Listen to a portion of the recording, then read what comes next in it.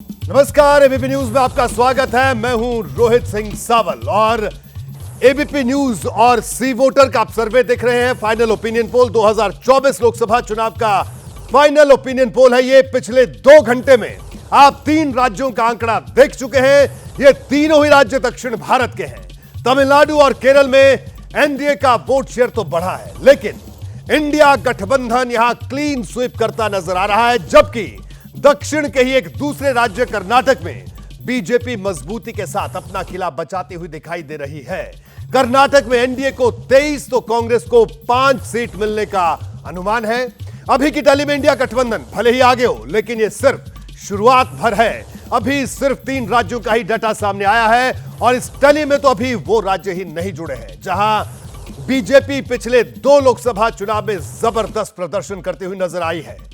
इसमें यूपी है, बिहार है, राजस्थान है, गुजरात है और मध्य प्रदेश जैसे राज्य हैं जिनका डाटा आना भी बाकी है। एबीपी न्यूज आपको हर राज्य की स्थिति बताएगा, वोटिंग से पहले यानी मतदाता का मूड बताएगा, सियासी हवा का रुख बताएगा और 4 जून को 543 लोकसभा सीटों की तस्वीर क्या रहने वाली है इसका अनुमान भी हम लोग आपको बताएंगे। लेकिन अभी बात पश्चिम बंगाल की, जहां बीजेपी संदेश खाली और सीएए जैसे मुद्दों को सियासी धार बना रही है। क्या ये मुद्दे चुनाव में बीजेपी को फायदा पहुंचाने वाले हैं या फिर ममता बनर्जी की लोकप्रियता के आगे बीजेपी का हर दांव धराशायी हो जाएगा? यह आज आपको इस सर्वे में पता चलने वाला है। और हमारे साथ डाटा सेंटर से शिरीन है, यहां राजनीतिक मेहमानों के साथ पॉलिटिकल एक्सपर्ट भी मेरे साथ मौजूद हैं। तो आइए सबसे पहले चलते हैं डाटा सेंटर और देखते हैं क्या है पश्चिम बंगाल का मूड। तो 24 के चुनाव से पहले ये सर्वे आपको ये बता रहा है, लगातार हम हर एक राज्य की तस्वीर आपके सामने रख रहे हैं कि मूड क्या है जनता का, आखिर सवालों के जवाब और साथ ही जब पूछा जा रहा है कि कौन पसंद नापसंद तो उसके बारे में जनता क्या कह रही है। एक एक करके राज्य आपके सामने लगातार हम रख रहे हैं, इन आंकड़ों के जरिए बताने की कोशिश की कहां चुनावी बयार किस तरीके से चल रही है। अब जरा बात कर लेते हैं पश्चिम बंगाल की। चुनाव के लिहाज से बहुत सरगर्मी वहां देखी जाती है, तो पश्चिम बंगाल का आंकड़ा क्या है वहां का? सबसे पहले आपको वोट शेयर हम बताते हैं कि क्या किसके खाते में कितना प्रतिशत जाता हुआ दिख रहा है। तो ये देखिए आपके सामने तस्वीर अब खुलकर आ गई है। 42 सीटें हैं पश्चिम बंगाल में लोकसभा की और 42% वोट शेयर इनमें से बीजेपी के खाते में जाती दिखाई दे रहा है। 44% टीएमसी को यहां पर मिल सकता है। सर्वे के मुताबिक 6% वोट शेयर कांग्रेस के खाते में जा सकता है, अन्य के खाते में 6% जा सकता है और इसी के साथ सीपीएम के खाते में भी 6% वोट शेयर जाता दिख रहा है। तो 42 सीटों का वोट शेयर के लिहाज से ये पूरा लेखा जोखा पश्चिम बंगाल का। अब जरा ये कन्वर्ट कैसे होता है, सीटों में किस तरीके से बदलेगा, वो भी जल्दी से आपके सामने रख दे, फिर एक अनुमान आपको लग जाएगा चुनावों से ठीक पहले। ये ताजा सर्वे है जिसमें ये निकलकर सामने आ रहा है। तो 42 सीटों में से 20 सीटें बीजेपी को जा सकती हैं, 20 सीटों पर टीएमसी भी कब्जा कर सकती है, 2 सीटें कांग्रेस, सीपीएम का खाता खुलता नहीं दिख रहा है और ना ही अन्य के खाते में कुछ जाएगा। लेकिन यहाँ 2020 देखिए बराबरी का मामला बीजेपी और टीएमसी में दिखाई दे रहा है।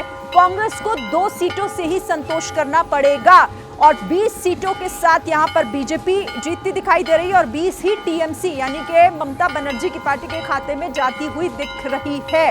सर्वे के मुताबिक 42 सीटों में से फिलहाल ये इतनी सीटें बीजेपी और टीएमसी 20-20 सीटें आपस में यहां पर जाती हुई दिखाई दे रही हैं। रोहित जी। बिल्कुल शिरीन, तो इस वक्त की बड़ी खबर पश्चिम बंगाल की अगर हम बात करें तो एबीपी न्यूज सी वोटर का फाइनल ओपिनियन पोल पश्चिम बंगाल का आपके सामने। पश्चिम बंगाल में टीएमसी बीजेपी में कड़ी टक्कर इस पोल के मुताबिक देखने को मिल रही है। पश्चिम बंगाल में टीएमसी बीजेपी को 20-20 सीट मिलने का अनुमान है। 2019 की अगर बात करें तो भारतीय जनता पार्टी को 18 सीट मिली थी, यानी बीजेपी को 2 सीट का फायदा होता हुआ दिख रहा है। इस फाइनल ओपिनियन पोल में पश्चिम बंगाल की तस्वीर आपके सामने है इस वक्त और हमारे साथ तमाम मेहमान मौजूद हैं। भारतीय जनता पार्टी से के शर्मा हमारे साथ मौजूद हैं और कांग्रेस से मीता चक्रवर्ती हमारे साथ मौजूद हैं। तौसीफ खान भी हमारे साथ मौजूद हैं, पॉलिटिकल एनालिस्ट हैं। इसके अलावा प्रभु चावला जी हमारे साथ मौजूद हैं, वरिष्ठ पत्रकार राकेश शुक्ला जी भी हमारे साथ मौजूद रहेंगे और सी वोटर के फाउंडर यशवंत देशमुख भी हमारे साथ मौजूद रहेंगे। आप सबका स्वागत है। सबसे पहली प्रतिक्रिया के शर्मा जी, क्या कहेंगे? 2 सीट का फायदा आपको होता हुआ दिख रहा है 2024 में, पिछली बार 18, इस बार 20 सीट, क्या कहना आपकी प्रतिक्रिया? देखिए ऐसा है, ओपिनियन पोल जो आप दिखा रहे हैं मैं उस पर कोई कमेंट नहीं करना चाहता।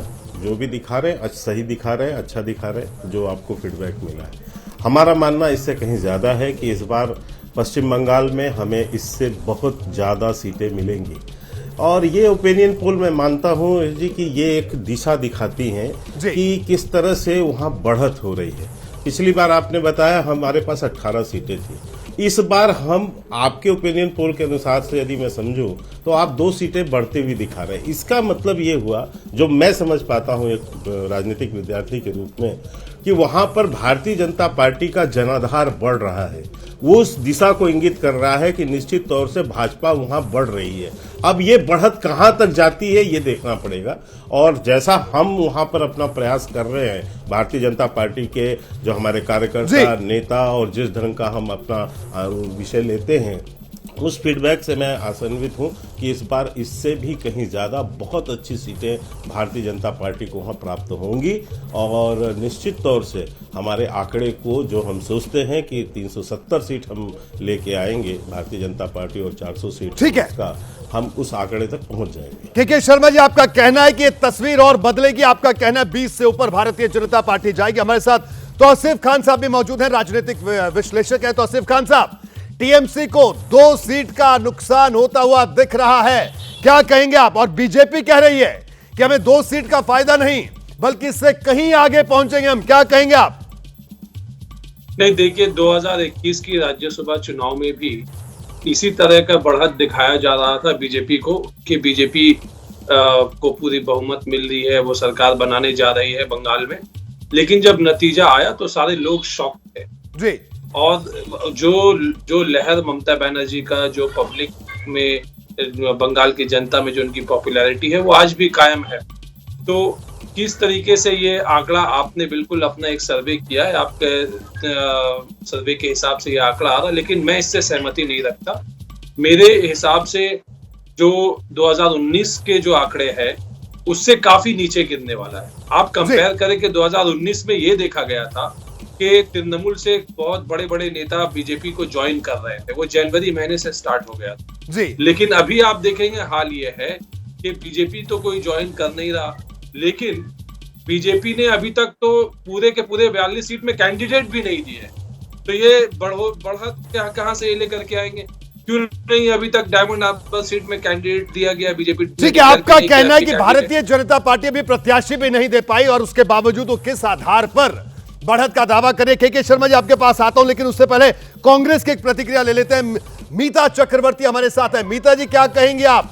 2 सीट पर पिछली बार भी और इस बार भी कांग्रेस 2 सीट पर ही सिमटती हुई दिख रही है। पहली बात तो शुभो नववर्षो, हैप्पी बंगाली न्यू ईयर। और पश्चिम बंगाल में कांग्रेस पार्टी और लेफ्ट पार्टी जो है वो हम लोग सीट एडजस्टमेंट करके, एक अलायंस करके हम लोग ये चुनाव लड़ रहे हैं जी। ये बात तय है कि पश्चिम बंगाल में टीएमसी के खिलाफ एंटी इनकम्बेंसी तो है, पर पश्चिम बंगाल के जो लोग हैं वो काफ़ी लिबरल और सेक्युलर किस्म के लोग हैं।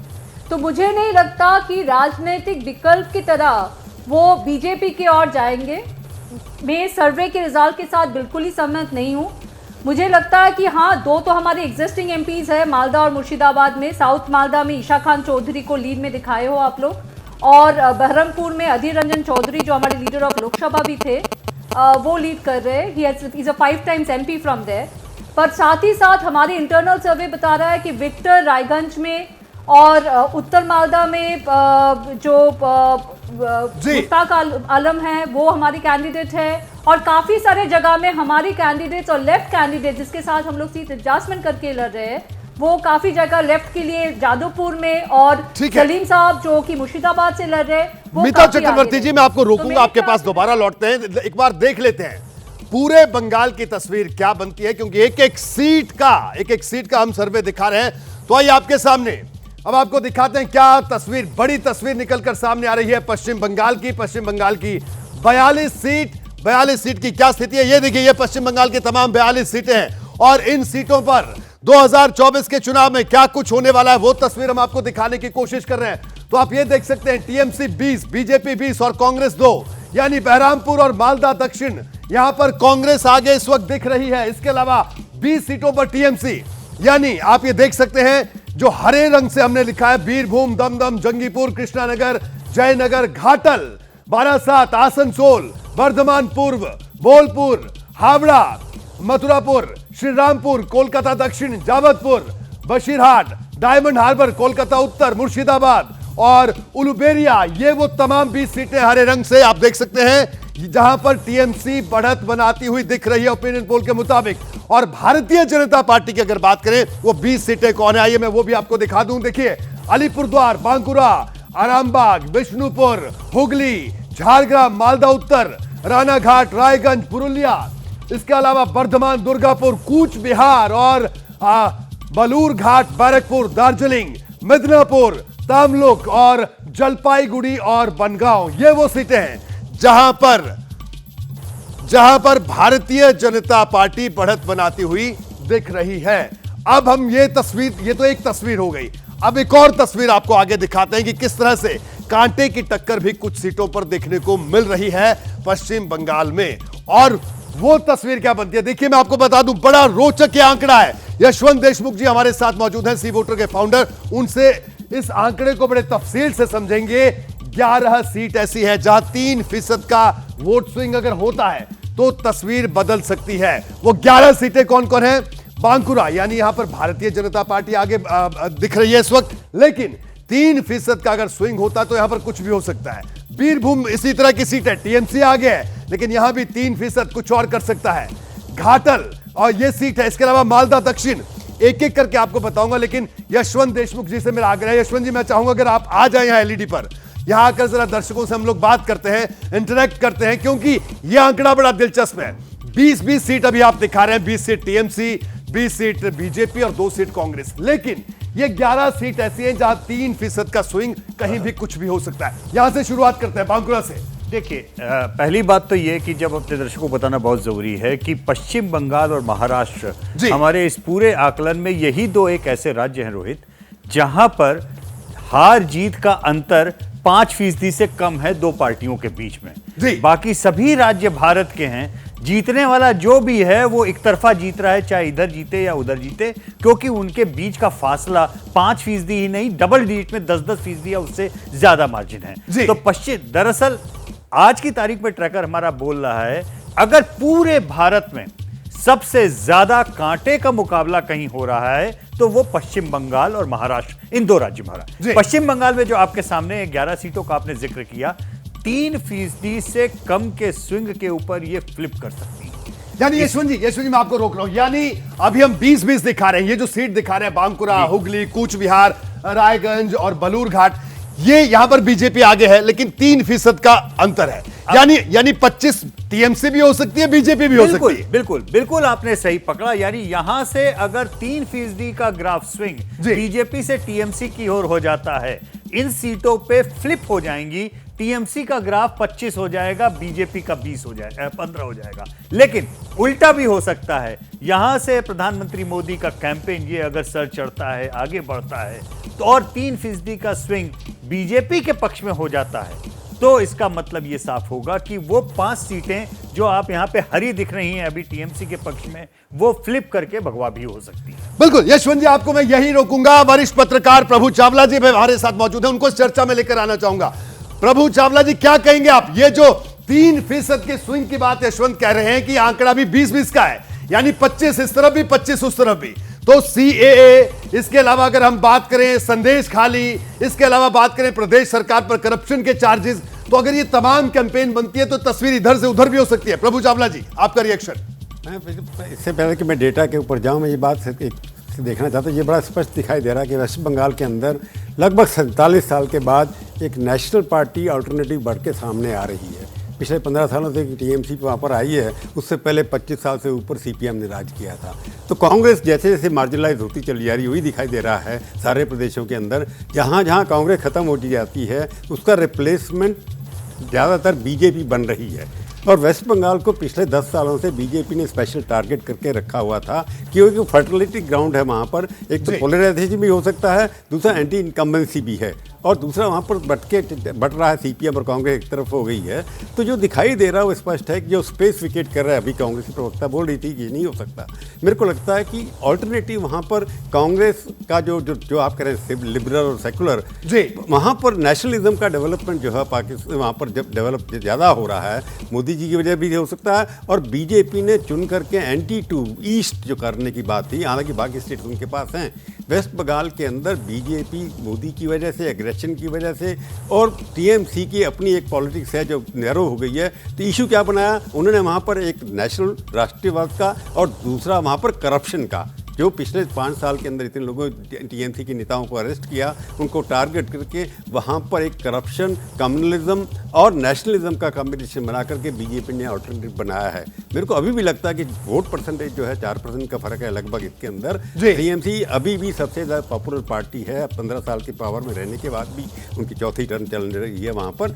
तो मेरे को लगता है कि बीजेपी के लिए बहुत बड़ी सक्सेस है कि ऐसी स्टेट के अंदर टीएमसी के खिलाफ अपना ऑल्टरनेटिव बन करके आना, ये एक बीजेपी के लिए बड़ी विक्ट्री है। कितनी सीटें आएंगी कुछ बहुत सीटों पर नहीं पड़ पड़ता, परंतु वेस्ट बंगाल के अंदर फ्यूचर क्या देखते हैं, ऑल्टरनेटिव टू टीएमसी ये बीजेपी है, ये इससे स्पष्ट हो जाता है। रोहित, इसमें जी यशवंत जी, एक बात केवल ये ऐड करना चाहूंगा जो प्रभु जी ने बोली, इनकी ही बात को मैं आगे और बढ़ाते हुए, कि दरअसल इसके लिए पश्चिम बंगाल के वोटर भी उत्तरदायी नहीं है। जो विपक्ष के वोटर्स की जहां बात हो रही है, जैसे कांग्रेस के प्रवक्ता से अगर आप पूछें कि आखिर पश्चिम बंगाल में वो चुनाव किसके खिलाफ लड़ रही हैं, वो भाजपा के खिलाफ लड़ रही हैं या तृणमूल कांग्रेस के खिलाफ चुनाव लड़ रही हैं, आखिर वहां पे मैंडेट क्या है, किसका मैंडेट मांग रही हैं, और अगर टीएमसी के खिलाफ चुनाव लड़ रही हैं तो राष्ट्रीय स्तर पर चुनाव में या इंडिया के गठबंधन में वो टीएमसी को अपना पार्टनर मानती हैं या बीजेपी के खिलाफ चुनाव लड़ रही हैं। तो ये जो कंट्राडिक्शन है इंडिया के अलायंस के अंदर, सेम यही सवाल आप लेफ्ट फ्रंट के लोगों से भी पूछ सकते हैं और टीएमसी से भी पूछ सकते हैं कि ये कंट्राडिक्शंस जो हैं ये उनको फायदा पहुंचा रहे हैं या उनको नुकसान कर रहे हैं। यानी यशवंत जी, ट्रायंगुलर फाइट नहीं बन पाई है वहां पर, जो बननी चाहिए थी मेरे को जी ट्रायंगुलर फाइट नहीं बन पा रही है, प्रभु चावला जी का कहना है। राकेश शुक्ला साहब क्या कहेंगे आप?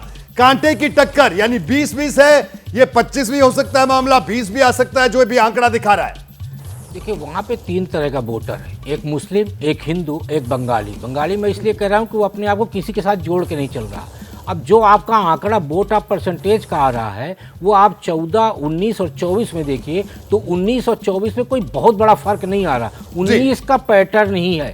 फिर जो आप सीट का बता रहे कि ये 5 सीटें उलट पलट या 10 सीटें उलट पलट हो सकती हैं, तो तृणमूल के साथ 15% वोट ऐसा है जिसको या तो आप हिंदू कहेंगे या बंगाली कहेंगे, क्योंकि 30% मुस्लिम वोट तृणमूल के साथ है और इसी तरह से हिंदू वोट कमिटेड तरीके से भाजपा के साथ चला आ रहा है। अब वो जो वोट है बंगाली वोट, वो यदि शिफ्ट किया भारतीय जनता पार्टी की तरफ, तो जो आप 25 सीटों को, और यशवंत जी भी बोल रहे हैं, प्रभु जी भी ने जो कहा है, तो 5% वोट जो है वो यदि कहना चाहिए तृणमूल से नीचे आया, यानी 40 के आसपास यदि पहुंचा परसेंटेज, तो आप मान के चलिए भारतीय जनता पार्टी 20 से 25 में जा सकती है। कांग्रेस का जो आप दिखा रहे हैं, मेरा अपना आकलन ये है, जो मेरी वहां बातचीत हुई है, मुझे लगता है अधीर रंजन के अलावा वहां कांग्रेस के लिए दूसरी सीट हासिल करना थोड़ा कठिन है। कांग्रेस के लिए कठिन वोट है। ऑफ परसेंटेज कहीं नहीं बढ़ रहा। जी, ये राकेश जी का कहना है। एक बार फिर आगे बढ़ते हैं। ये तो हमने 3% के स्विंग की स्थिति दिखाई। एक और दिलचस्प आंकड़ा पश्चिम बंगाल को लेकर हमारे पास है, और देखिए अब वो तस्वीर मैं आपके सामने रखता हूं। पश्चिम बंगाल में हमने 11 सीटें दिखाई आपको, जहां पर 3% के स्विंग होने से तस्वीर बदल सकती है, लेकिन इसके इतर भी एक तस्वीर और निकलकर सामने आ रही है। देखिए ये वो तमाम सीटें हैं, 11 सीटें हैं, और लेकिन अब ये देखिए 11 सीटें ऐसी हैं पश्चिम बंगाल में 1% का अगर स्विंग होता है तो भी तस्वीर बदल सकती है। यह बड़ा दिलचस्प हो जाता है। एक बार फिर से मैं यशवंत देशमुख जी को बुलाऊंगा। यशवंत जी बताइए, मैं चाहूंगा एक बार यहां पर आइए आप दर्शकों के सामने और बताइए, क्योंकि 3% में 11 सीटें और 1% के स्विंग में भी 11 सीटें, यानी तस्वीर तो किस तरह से बड़ा, बहुत ही कांटे का मुकाबला लग रहा है। और ये 3% और 1% का जो ये उलझन है, इस उलझन को भी दूर करिए। रोहित, इसमें कोई उलझन नहीं है जी। मैं बहुत सिंपल पोलस्टर हूं और बहुत ईमानदारी से अपने दर्शकों को अपनी बात बताता हूं। जी, ये 1% के आंकड़े वाली जो सीटें हैं दर्शकों, इस पर इस समय ब्रह्मा जी भी अवतरित होकर के बताएं तो नहीं बता पाएंगे। इसलिए आप इन जो 11 सीटें हैं इनके ऊपर अपनी निगाह रखिए, क्योंकि ये 11 सीटें ऐसी हैं जिसके ऊपर हार जीत का आकलन जिस दिन काउंटिंग हो रही होगी 4 जून को, उस दिन भी सुबह से शाम तक ये 11 सीटें हर 1 घंटे में इधर से उधर फ्लिप करती रहेंगी, एक वोटिंग। एक बड़ा अहम सवाल यशवंत जी, 1% का स्विंग 11 सीटें, तो ये आंकड़ा 20 में किसी में अगर 11 ऐड हो गया तो 31-32 भी पहुंच सकता है। मैंने आपको इसीलिए बोला कि पश्चिम बंगाल इस समय इस देश का एकमात्र ऐसा राज्य है जहां पे इतनी कांटे की टक्कर है, एक सीट, एक पोलिंग बूथ पे उस तरीके की कांटे की टक्कर होगी। महाराष्ट्र को मैंने गिना था, लेकिन महाराष्ट्र की कहानी दूसरी है। महाराष्ट्र की कहानी कांटे की टक्कर की नहीं है, महाराष्ट्र की कहानी कंफ्यूजन की है, असमंजस की है, इसलिए विचित्र स्थिति है। पश्चिम बंगाल में कोई कंफ्यूजन या कोई असमंजस नहीं है जी। पश्चिम बंगाल में कांटे की लड़ाई केवल इसलिए है क्योंकि दोनों प्रमुख पार्टियां बुरी तरीके से लॉगर हेड्स में है। नंबर 1 चीज, ममता बनर्जी ने बहुत अकलमंदी के साथ में अकेले लड़ने का फैसला किया। मैं उनकी, क्योंकि मैं जब आंकड़े देखता हूं रोहित, उसमें एक बात बहुत समझ में आती है जी। कि अब जो कांग्रेस और लेफ्ट के पास में 5% के करीब 10 से 11% जो वोट बचा है, वो दरअसल एंटी ममता वोट है। अगर वो साथ में लेके लड़ती इन लोगों को, तो ये एंटी ममता वोट बीजेपी की ओर शिफ्ट होता। और वही निगाह रखने की बात है कि एंटी ममता प्लैंक पे क्या कांग्रेस और लेफ्ट का ये बचा कुचा वोट बीजेपी की ओर फर्दर पोलराइजेशन में शिफ्ट होता है। जी बेशुद मैं आपको रोकूंगा। प्रभु जी क्या कहेंगे आप? ये जो तस्वीर बनके सामने आ रही है पश्चिम बंगाल की, ये तो 1% के स्विंग का मामला, तो कोई भी 30 तक भी पहुंच सकता है, 30-31 तक भी, चाहे टीएमसी हो बीजेपी हो। क्या कहेंगे इस आंकड़े पर आप? अगर 3% और 1% दोनों को मिला लें, क्योंकि 3% से ऊपर वाले भी आपने 11 किए और ये 22 सीटें हो गई इस हिसाब से। अगर अलग इस 22 सीटों को अगर एक तरफ कर दें दोनों तरफ, तो काफ़ी बड़ा, बीजेपी 10 पे आ सकती है और 0 पे अभी भी आ सकती है। ये भी पॉसिबिलिटी हो सकती है कि अगर आप 20 की 20 दे दें एक तरफ, जैसे 11 ये और 11 ये, 22 अगर एक तरफ चली गई तो बीजेपी का आंकड़ा 20 है ना, 22 को जोड़ दिया जाए, हालांकि उसके जुड़ी होंगी, ऐड की होगी। आधी सीट है, आधी सीटें 10 हैं। तो हाँ, आपका कहना सही है कि 10 सीट भी हो सकता है। बिल्कुल सही कह रहे हैं। तो इसलिए ये तो बड़ा इंटरेस्टिंग, इन्होंने जो कहा है, कांटेमान जी पहले कहा कि रिप्लेसमेंट जो हो रहा है, एकदम स्पेस जो बन रहा है कि अगर एंटी इनकम्बेंसी वोट देना है तो किसको देना है, या बीजेपी को चुनेंगे या आप टीएमसी को चुनेंगे। कांग्रेस पार्टी मार्जिनलाइज होती चली जा रही है और इसके अंदर दिखाई देता है फिर मार्जिनलाइज। हालांकि लेफ्ट और कांग्रेस मिलकर के लिबरल सो कॉल्ड वोट जो है बंगाल एक इमेज बन रहा है, किसने कहा बंगाली वोट है, तो ये बड़ा इंटरेस्टिंग है कि 30 हो सकती है उनकी और 10 बीजेपी की हो सकती है, या 30 बीजेपी की हो सकती है, 10 यानी देखिए बड़ी दिलचस्प बात यशवंत भी कह रहे हैं और प्रभु चावला जी का भी कहना है, ये तस्वीर 30 की भी बन सकती है, टीएमसी की फेवर में हो चाहे बीजेपी की फेवर में हो। एक बार जल्दी से मैं आपको एक बार फिर से ये आंकड़ा, ये सीटें बता देता हूं जिन सीटों पर आप सब लोग नजर रखिएगा, जो भी लोग राजनीति में दिलचस्पी रखते हैं। देखिए दमदम, कृष्णानगर, बारासात, ये टीएमसी के, यहां टीएमसी को बढ़त है, लेकिन 1% की, जो कि कभी भी, जिसमें कभी भी उतार चढ़ाव आ सकता है। विष्णुपुर, भारतीय जनता पार्टी, लेकिन 1% से आगे, इसमें भी कभी भी कुछ भी हो सकता है। आसनसोल, देखिए आसनसोल, इसके अलावा झारग्राम, बर्धमान, दुर्गापुर, ये बीजेपी के लिए 1% का आंकड़ा, यानी खतरे की घंटी यहां पर बीजेपी के लिए भी हो सकती है और टीएमसी के लिए अच्छी खबर भी आ सकती है। वैसे ही उल्टा भी है। इसके अलावा बैरकपुर और बशीरहाट, ये वो तमाम सीटें। यशवंत जी एक और सवाल, ये जो 11 की तस्वीर निकलकर सामने आ रही है और अभी प्रभु जी ने भी कहा, यानी देखिए भारतीय जनता पार्टी कह रही है 35 का लक्ष्य है हमारा, जो बीजेपी के रणनीतिकार कह रहे हैं। ऑफ द रिकॉर्ड भी कहते, of the camera, of the record तो नहीं कहूंगा, तो बात ही नहीं मैं यहां कह सकता था वो। लेकिन बड़ी बात यह है, टीएमसी की अगर बात करें, टीएमसी के लोग भी यही कह रहे हैं कि नहीं साहब हम लोग तो 35 पार कर जाएंगे।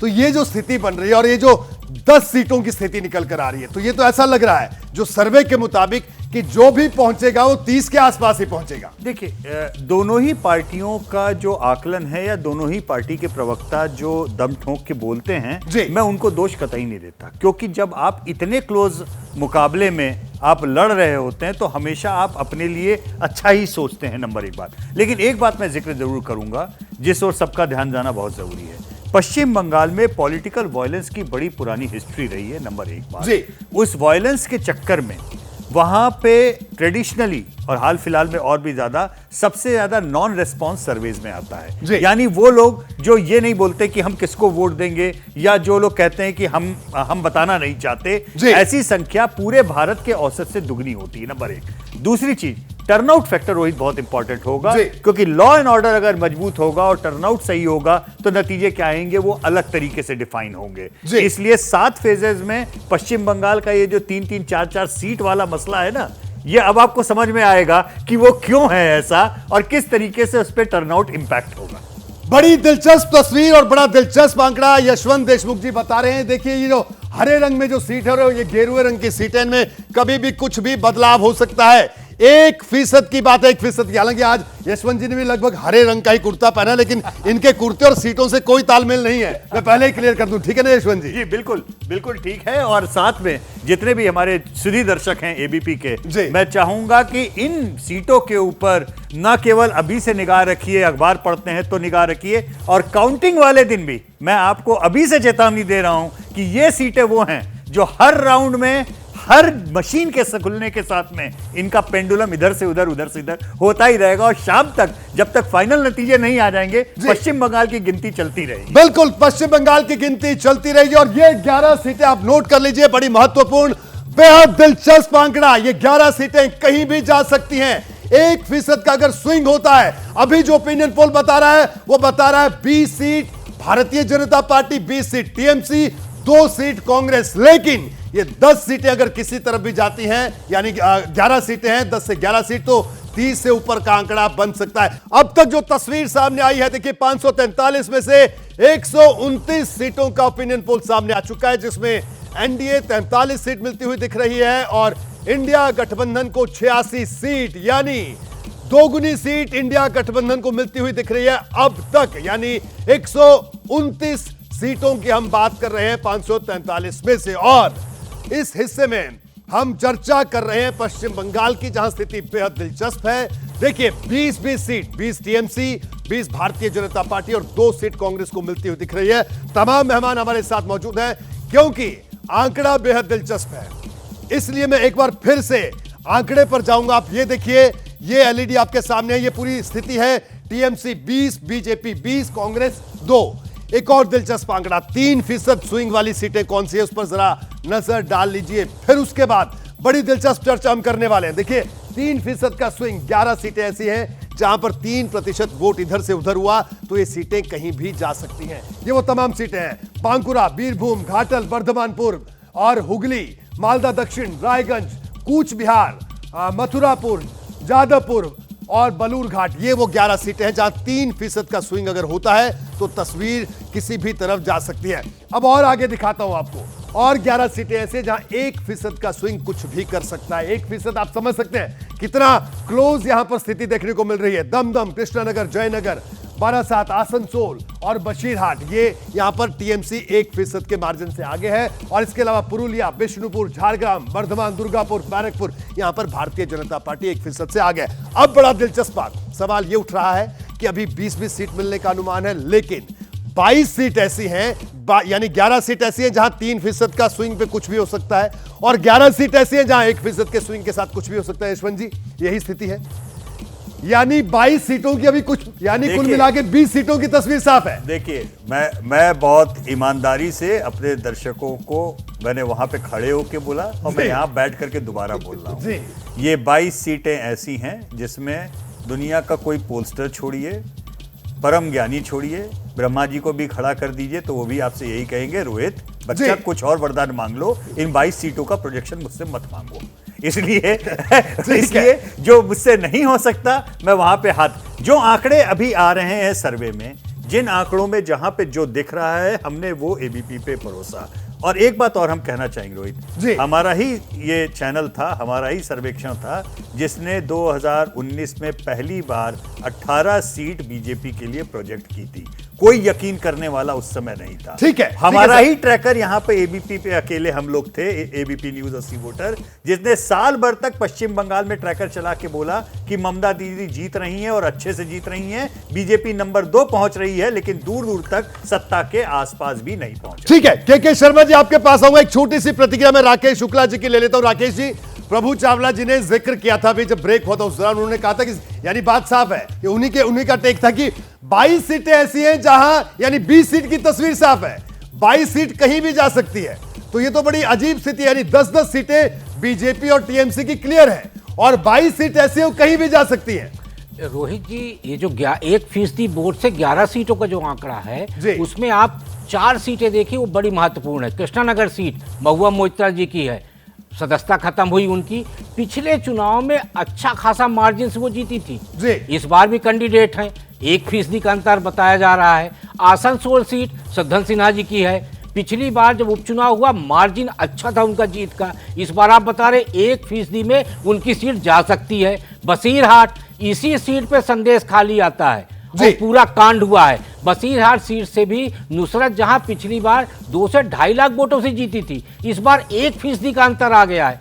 ये जो है ये बड़ा बहुत महत्वपूर्ण है ये सीटें। झारग्राम, आपके पश्चिम बंगाल में 2 ऐसी सीटें हैं जो आंदोलन की जनक मानी जाती हैं, झारग्राम और नंदीग्राम। झारग्राम में आप देखिए भारतीय जनता पार्टी है, लेकिन वो भी 1% वोट में कहीं ना कहीं फंसी हुई दिख रही है। तो ये जो 1% वोट है वो कहीं ना कहीं तृणमूल कांग्रेस का ब्लड प्रेशर बढ़ाएगा। बिल्कुल ब्लड प्रेशर बढ़ाएगा, बल्कि मैं तो ये कह रहा हूं कि जो ये इस वक्त ये डेटा देख रहे हैं दर्शक, उनको भी उनकी दिलचस्पी भी बढ़ी, उनका भी ब्लड प्रेशर बढ़ सकता है, क्योंकि ये बहुत क्लोज फाइट यहां पर देखने को मिल रही है। यानी 22 सीटें ऐसी हैं जो 11 सीटें 3% और 11 सीटें 1%, यानी 1% और 3% से मेरा मतलब यह है कि 3% का स्विंग 11 सीटों पर किसी भी तरफ जा सकती है, 1% का स्विंग होता तो 11 सीटें कहीं भी जा सकती हैं, यानी आंकड़ा 22 सीटों का बनता है। प्रभु चावला जी आपके पास आऊंगा, उसके बाद जो हमारे राजनीतिक मेहमान है उनके पास जाऊंगा और उनसे ये जानने की कोशिश करेंगे कि ये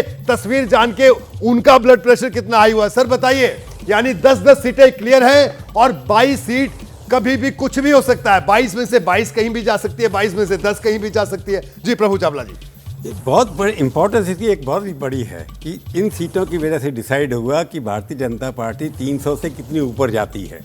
अभी तो फाइनल नक्कर मेरे पता नहीं इनकी जेब में क्या रखा है, वो जब निकलेगा तब आएगा कि अगर 22 यहाँ 20 पे अटक जाती हैं या उससे आगे जाती है। वेस्ट बंगाल एक बड़ी डिसाइसिव स्टेट है बीजेपी के लिए 300 का आंकड़ा पार करना। कि साउथ में आपने दिखा दिया, वहाँ पर अभी 2 स्टेट रह गए, दिखाएंगे तब देखेंगे कि ज़्यादा गेन वहाँ पर दिखाई नहीं दे रहा, बल्कि लॉस ही होता दिखाई दे रहा है।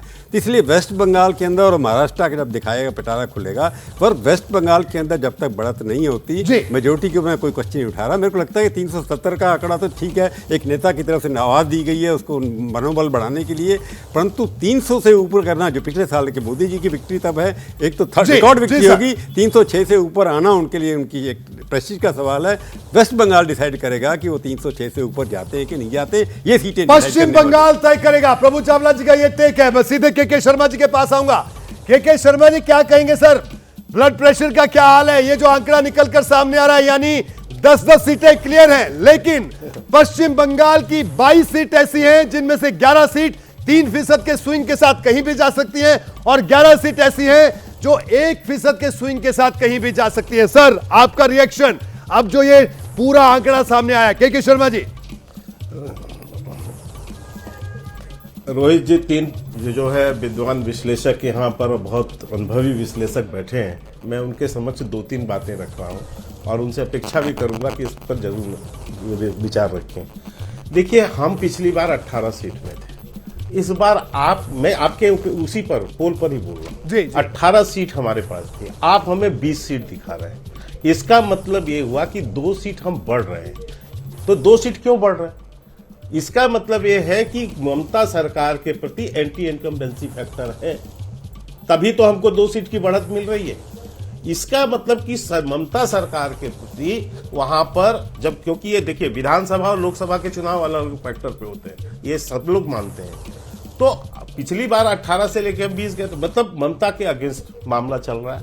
और ये कहां तक बढ़ता है, जहां 1% और 3% की आप बात कर रहे हैं, तो स्वाभाविक रूप से कि ये एंटी इनकम्बेंसी फैक्टर है, ये अन्य जगह भी लागू होंगे, क्योंकि प्रदेश में यदि कोई एंटी इनकम्बेंसी फैक्टर क्रिएट होता है तो केवल एक सीट में नहीं होता है, कई सीटों पे। अब दूसरी बात मैं ये कहना चाहता हूं कि अभी यशवंत जी ने एक बहुत इंटरेस्टिंग बात बताई कि पश्चिम बंगाल के अंदर ऐसा राज्य है जहां पर हम जब सर्वे करते हैं तो बहुत से लोग नहीं बताना चाहते, वो कहते हैं कि साहब हम कुछ नहीं बताना चाहते।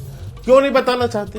क्योंकि उनको डर है कि यदि हम अपनी बात रख देंगे तो हमारे ऊपर हमला होगा, हमारे घर जला दिए जाएंगे, हमारी बहनों महिलाओं के साथ अत्याचार करेंगे। कौन करेगा?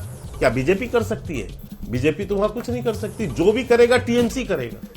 तो टीएमसी की जिसकी की हिस्ट्री भी है, और टीएमसी वालों को ही वहां पर इस तरह के जो है गंदगी करना है, इसलिए वो डर से नहीं बताना चाहते। तो वोटर किसके हुए? वो वोटर तो भारतीय जनता पार्टी के ही पक्ष के होंगे ना। तो है। ये स्वाभाविक सा विश्लेषण है। इसके अलावा एक बहुत इंटरेस्टिंग बात, एक चीज कहता हूं, अभी माननीय प्रभु जी ने एक बहुत अच्छी बात कही कि ये पश्चिम बंगाल का रिजल्ट ये दिखाएगा कि भारतीय जनता पार्टी 300 से ऊपर कितना जाती है। मतलब एक सर्वमान्य सत्य इस समय यह है कि भारतीय जनता पार्टी प्रधानमंत्री मोदी जी के नेतृत्व में 2024 में भाजपा तो सरकार बना ही रही है अपने सहयोगी दलों के साथ। अब विषय यह है कि इसमें जो हमारा लक्ष्य है 370, वो हम पहुंचने के लिए ये सारी ठीक है। जो के शर्मा जी, यानी आपका कहना है कि इसलिए वोटर नहीं बोलता, आपका कहना है कि वो आपके समर्थक हैं। अंतिम एक प्रश्न जी बोल दीजिए, संक्षेप में बोलिएगा सर, मुझे बाकी तो उसे डर उसी नहीं उसको डर तो टीएमसी से ही है ना वहां पर जी। भाजपा वहां कुछ कर सकती है क्या? हमारे लोग तो पलायन करके झारखंड में जो है आपके आसाम में और दिल्ली में शरण लिए हुए हैं निर्वाचित लोग। दूसरी बात, जो अभी एक बात राकेश जी ने कही, बड़ी इंटरेस्टेड विषय है वो भी। आसनसोल का मैं एक ही उदाहरण देता हूं, मैं विस्तार पे नहीं जाऊंगा। आसनसोल में शत्रुघ्न सिन्हा, मैं समझता हूं कि तृणमूल कांग्रेस के टॉप 4-5 जो उम्मीदवार हैं उसमें प्रमुख हैं, सबसे फेमस जी। और वो व्यक्ति यदि 1% वोट से फंसे हुए, जबकि अहलवालिया साहब की घोषणा अभी विधि ने 4 दिन पहले हुई, 4-5 दिन पहले, और वहां तो शत्रुघ्न सिन्हा जी एमपी बने बैठे हुए, और वो यदि 1% के में फंसे हुए हैं, इसका मतलब आप समझ सकते हैं, जैसे कहते हैं ना कि चावल कितना पका है एक दाने से समझ। ठीक है, बिल्कुल के शर्मा जी, मैं आपको रोकूंगा, लेकिन इस बात का ध्यान रखिएगा, शत्रुघ्न सिन्हा जी ने ट्रेनिंग आप ही की पार्टी में ली है, तो 1% से ये 3% में कब आ जाए, 5% में कौन चला जाए, इसके बारे में कोई कुछ नहीं कह सकता। बहरहाल मैं आपके पास आऊंगा, तौसीफ खान साहब क्या कहेंगे? देखिए सर, 3% के स्विंग वाली 11 सीट, 1% के स्विंग वाली 11 सीट, तो ऐसे में तस्वीर कहीं भी जा सकती है, सुई का कांटा कहीं भी घूम सकता है। जी हाँ, मैंने देखा कि आपने दिखाया है कुछ सीटें 1% में स्विंग कर सकती है, कहीं पे 3% में स्विंग कर सकती है। देखिए 2019 को बार बार जिक्र किया जा रहा है, लेकिन 2019 के बाद 2021 में स्टेट इलेक्शन हुए, फिर उसके बाद हाल में 2023 में पंचायत इलेक्शन भी हुए, और इन इलेक्शन में देखा यह गया कि वोट शेयर जो है वो बीजेपी का घाटा है और तृणमूल का बढ़ा है। वह 48% वोट शेयर 2021 में था, और जो पंचायत में वो जो पोलिंग था उसमें वोट परसेंट तृणमूल का 51% तक आ गया था। तो ये ट्रेंड जो है ये दिखा रहा है कि बीजेपी का डाउनफॉल हुआ है और तृणमूल को बढ़ोतरी मिली। दूसरी तरफ आप देखिए कि जब 2019 में जब कैंपेनिंग हो रही थी तो वो उतना ज्यादा स्टेट स्पेसिफिक नहीं थे, उतना ज्यादा लोकल इश्यूज को लेकर के नहीं थे, क्योंकि जब भी लोकल इश्यूज में बातचीत होगी तो इसमें बंगाली सेंटिमेंट जागेगा, और बंगाली सेंटिमेंट का जो वोट है वो बीजेपी की तरफ नहीं जा करके, क्योंकि बीजेपी आज भी एक हिंदी हार्टलैंड पार्टी की तरफ से देखी जाती है, वो जो वोट जो है वो अल्टीमेटली तृणमूल को ही पड़ेगा, और जिसमें अगर कोई ममता बनर्जी से डिसग्रंटेड वोटर्स है उनके लिए एक थर्ड ऑप्शन अवेलेबल है, सीपीएम और कांग्रेस को जाकर के वोट देंगे, लेकिन वो वोट जो है बीजेपी को जाने वाला नहीं है। लेकिन तौसीफ खान साहब, बड़े संक्षेप में, माफी चाहूंगा आपको रोक रहा हूं, लेकिन सर ये 3% और 1% का जो आंकड़ा है, 11-11 सीटों का, 22 सीटें ऐसी बनती है, वहां पर तो कोई दावा नहीं कर सकता। अगर हम आंकड़ों की बात करें कि वो तो तस्वीर किसी की तरफ भी जा सकती है, ठीक है, ये आप दावा कर सकते हैं कि ममता जी को मिलेंगी, बीजेपी वाले ये दावा कर सकते हैं कि उन्हें मिलेगी, लेकिन ये बात तो आप मानते हैं ना सर कि 3% का स्विंग और 1% का स्विंग कुछ भी तस्वीर सामने ला सकता है। देखिए 3% और 1% का स्विंग जो ये आपके मतलब आपके ओपिनियन पोल के हिसाब से है। मैं आपको वोटर का जो वोट शेयर का परसेंटेज है मैं उसकी बात कर रहा हूँ कि 2021 में जो वोट परसेंटेज 19 के चुनाव के बाद 21 में तृणमूल का वोट शेयर और बढ़ा है, बीजेपी का और गिरा है, फिर 23 में जाते जाते बीजेपी का और फर्दर वोट शेयर गिरा है और तृणमूल का वोट शेयर बढ़ा है। तो मैं उसकी बात कर रहा हूँ कि वोटिंग आंकड़े की अगर हम बात करें, ठोस आंकड़ा जो ऑलरेडी लोगों ने वोट किया है, जो वोटिंग पैटर्न है उस हिसाब से तो वोट बीजेपी की सीट घट रही है, डबल डिजिट भी क्रॉस करेगी या नहीं करेगी उस पर प्रश्न चिन्ह खड़ा होता है। 18 तो जो है वो तो 19 का आंकड़ा है, लेकिन अगर आप 21 के आंकड़े को पकड़े, एमएलए की आप पकड़ के चले कि एमएलए कितने बीजेपी के हैं जो कि लेटेस्ट है, या फिर आप पंचायत को लेकर के चले जो कि और भी लेटेस्ट है, तो उससे तो बीजेपी कहीं पे भी डबल डिजिट आंकड़ा पार करती हुई नहीं दिख रही। मैं मानता हूं कि आपके पास में ये ओपिनियन पोल है, लेकिन उससे मैं सहमति नहीं रखता। ठीक है तौसीफ खान साहब, मैं एक बार फिर अब मीता चक्रवर्ती जी के पास चलूंगा। मीता चक्रवर्ती जी, अब जो तस्वीर, पूरी फाइनल तस्वीर पश्चिम बंगाल की निकलकर सामने आ रही है, कांग्रेस के लिए देखिए उसमें क्या कहानी है। कहानी यह है कि एक सीट आपकी मालदा दक्षिण वो 3% के स्विंग वाली स्थिति में है। यानी अगर 3% का स्विंग होता है तो मालदा दक्षिण का परिणाम किसी भी तरफ जा सकता है, यानी अपोजिशन की तरफ भी जा सकता है, आपकी तरफ भी जा सकता है। क्या कहेंगे आप?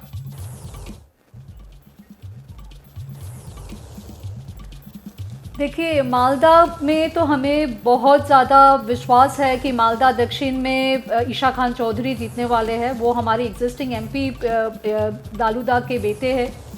और जैसे मैंने कहा, रायगंज बोलिए, मालदा उत्तर बोलिए, काफ़ी सारे दूसरे सीट्स भी है जहां पर हम लोग काफ़ी उम्मीद रखते हैं। देखिए, टोपी और तिलक का जो पॉलिटिक्स अभी चालू हुआ है वेस्ट बंगाल में, वेस्ट बंगाल के लोगों को वो नहीं चाहिए। हम लोग यहाँ पर मेजॉरिटी अपीसमेंट की बात भी नहीं कर रहे, हम लोग माइनॉरिटी अपीसमेंट की बात भी नहीं कर रहे, हम लोग रोजगार की बात कर रहे, हम लोग प्राइस राइज की बात कर रहे हैं, हम लोग जो रोज का जो डेली इश्यूज है, जो बंगाली लोगों का और जो लोग रहते हैं बंगाल में, उनका डेली इश्यूज के बारे में बात कर रहे हैं, लेफ्ट और कांग्रेस के अलायंस। और मेरे खिलाफ, मेरे हिसाब से जो लोग टीएमसी के खिलाफ वोट देना चाहते हैं, वो लोग एज एन ऑल्टरनेटिव लेफ्ट और कांग्रेस अलायंस को चूज करेंगे। और जो आप दिखा रहे हैं उससे काफी ज्यादा वोट शेयर हमें मिलने वाला है। ठीक है, अब वक्त कम है, बड़े फाइनल कमेंट के लिए हमारे तीन जो तमाम मेहमान यहां बैठे हैं, एक्सपर्ट, उनके पास चलूंगा। प्रभु चावला जी, सबसे पहले आपके पास आऊंगा, संक्षेप में जवाब चाहूंगा। सर, क्या कहेंगे आप? ये सीएए, संदेश खाली और मोदी फैक्टर, क्या दिख रहा है इन आंकड़ों से आपको? मैंने पहले भी कहा कि वेस्ट बंगाल दिशा तय करेगा देश किस तरफ जा रहा है जी। इसलिए वेस्ट बंगाल के अंदर मोदी जी की कितनी चलती है। मैंने कहा कि वहाँ पर मोदी जी ने इतनी मेहनत की है और अमित शाह वहाँ जाते रहे हैं, तो उनके लिए प्रेस्टीज का सवाल है किस तरह से ममता बनर्जी के 35 का जो आंकड़ा उन्हें दिया कि हम इस बार 35 पार करेंगे, ये उनके लिए प्रेस्टीज का सवाल है कि वेस्ट बंगाल उनके साथ खड़ा है कि नहीं खड़ा है। कि बाकी स्टेट्स के अंदर तो उनका जो उनकी डोमिनेंस है, परंतु वेस्ट बंगाल के अंदर उनकी सीटें अगर कम होती हैं तो एक बड़ा धक्का बीजेपी की हो सकता है। अगर बन जाती है तो ये अपने आप में फ्यूचर मैसेज है कि बीजेपी आने वाली है। जी, राकेश शुक्ला साहब, क्या कहेंगे आप? ममता की लोकप्रियता, मजबूत संगठन, विपक्षी वोटों का बिखराव, ये तमाम बातें और ये जो ओपिनियन पोल आ रहा है, क्या कहना आपका? फाइनल कमेंट संक्षेप में सर। वहाँ पश्चिम बंगाल में दो चेहरे चुनाव लड़ रहे हैं, ममता बनर्जी और नरेंद्र मोदी जी। जहाँ तक विकल्प की बात की जा रही है, तो जिस तरह केरल में भारतीय जनता पार्टी विकल्प नहीं बनी, उसी तरह पश्चिम बंगाल में लेफ्ट और कांग्रेस भी विकल्प बनता हुआ नहीं दिख रहा। जी, यशवंत देशमुख साहब, फाइनल कमेंट के लिए आपके पास आऊंगा। ये जो 22 सीटें हैं और ये जो बिल्कुल सबकी दिलचस्पी अब इसमें हो गई है, तो ये जो 22 सीटों का अगर ये कहा जाए कि सामने तस्वीर कब तक साफ होगी सर? 4 तारीख तक इंतजार करना होगा या उससे पहले? रोहित वत्स, 543 में कुछ और मांग लो, लेकिन ये 22 सीटें ना मांगो, बाकी सब अपनी जगह ठीक है। आनंद आएगा। देखिए, लोकतंत्र में अच्छी कांटे की टक्कर हो, ये पोलस्टर या सर्वे करने वाले के लिए कठिनाई का सबब जरूर है, लेकिन हमको इस कठिनाई से खुशी मिलती है। अगर मुकाबले सब एक तरफा ही होने लगे किसी भी राज्य में, काम भले ही आसान हो, लेकिन लोकतंत्र का वो मजा नहीं आता। अच्छी कांटे की लड़ाई ये लोकतंत्र के, अच्छे लोकतंत्र के स्वास्थ्य की निशानी है। उस लिहाज से पश्चिम बंगाल की जनता का मैं अभिनंदन करता हूं। बिल्कुल। तो के शर्मा जी और तौसीफ खान साहब और मीता चक्रवर्ती जी, 22 सीटें, यशवंत जी कह रहे हैं कुछ भी पूछ लीजिए, 22 सीटों के बारे में मत पूछिए, तो इन 22 सीटों में ही फाइनल नतीजे छिपे हुए हैं। बहरहाल आप तीनों का बहुत बहुत शुक्रिया। यशवंत जी, इन 22 सीटों का इंतजार सबको है, लेकिन आपने फिर यह कह दिया कि 543 में कुछ पूछ लीजिए, लेकिन 22 सीटों के बारे में मत पूछिए।